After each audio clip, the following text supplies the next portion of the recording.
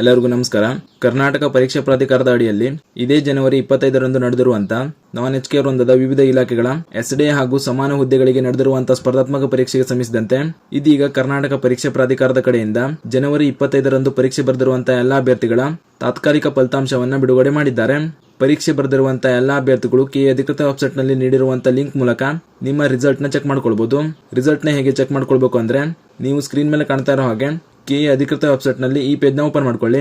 ಈ ಪೇಜ್ ನ ಓಪನ್ ಮಾಡ್ಕೊಳ್ಳಿಕ್ಕೆ ಡೈರೆಕ್ಟ್ ಲಿಂಕ್ ನಾನು ಡಿಸ್ಕ್ರಿಪ್ಷನ್ ನಲ್ಲಿ ಹಾಕಿರ್ತೀನಿ. ಆ ಲಿಂಕ್ ಮೇಲೆ ಕ್ಲಿಕ್ ಮಾಡ್ಕೊಂಡು ಈ ಪೇಜ್ ನ ನೀವು ಡೈರೆಕ್ಟ್ ಆಗಿ ಓಪನ್ ಮಾಡ್ಕೊಳ್ಬಹುದು. ಓಪನ್ ಆದ್ಮೇಲೆ ಇಲ್ಲಿ ಮೇಲ್ಗಡೆ ಎರಡನೇ ಲಿಂಕ್ ನೋಡ್ತಾ ಇರಬಹುದು, ತಾತ್ಕಾಲಿಕ ಫಲಿತಾಂಶ ಲಿಂಕ್ ಅಂತ ನೀಡಿದ್ದಾರೆ.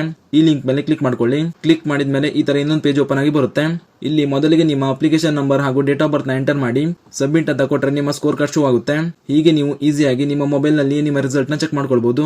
ಜೊತೆಗೆ ನಿಮ್ಮ ಸ್ಕೋರ್ ಕಾರ್ಡ್ ನಲ್ಲಿ ಅಂಕಗಳಲ್ಲಿ ಏನಾದ್ರೂ ಬದಲಾವಣೆ ಆಗಿದ್ರೆ ಅಂತ ಅಭ್ಯರ್ಥಿಗಳಿಗೆ ಸ್ಕೋರ್ ಕಾರ್ಡ್ ಮೇಲೆ ಆಕ್ಷೇಪಣೆ ಸಲ್ಲಿಸಲಿಕ್ಕೆ ಕೂಡ ಅವಕಾಶ ನೀಡಿದ್ದಾರೆ. ಅಂತ ಅಭ್ಯರ್ಥಿಗಳು ಸ್ಕ್ರೀನ್ ಮೇಲೆ ಕಾಣ್ತಾ ಇರೋ ಹಾಗೆ ಇಲ್ಲಿ ಮೇಲ್ಗಡೆ ತಾತ್ಕಾಲಿಕ ಅಂಕಗಳ ಆಕ್ಷೇಪಣೆ ಸಲ್ಲಿಕೆ ಲಿಂಕ್ ಅಂತ ನೀಡಿದ್ದಾರೆ. ಈ ಲಿಂಕ್ ಮೇಲೆ ಕ್ಲಿಕ್ ಮಾಡಿಕೊಂಡು ನಿಮ್ಮ ಆಕ್ಷೇಪಣೆಗಳನ್ನು ಸಲ್ಲಿಕೆ ಮಾಡಿಕೊಳ್ಳಬಹುದು.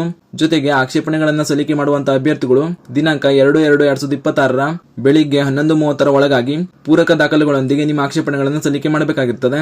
ಆದ್ದರಿಂದ ಪರೀಕ್ಷೆ ಬರೆದಿರುವಂತಹ ಎಲ್ಲಾ ಅಭ್ಯರ್ಥಿಗಳು ಈ ಮಾಹಿತಿಯನ್ನು ನಿಮ್ಮ ಸ್ನೇಹಿತರು ಶೇರ್ ಮಾಡಿ ಅವರು ಕೂಡ ತಿಳಿಸಿ.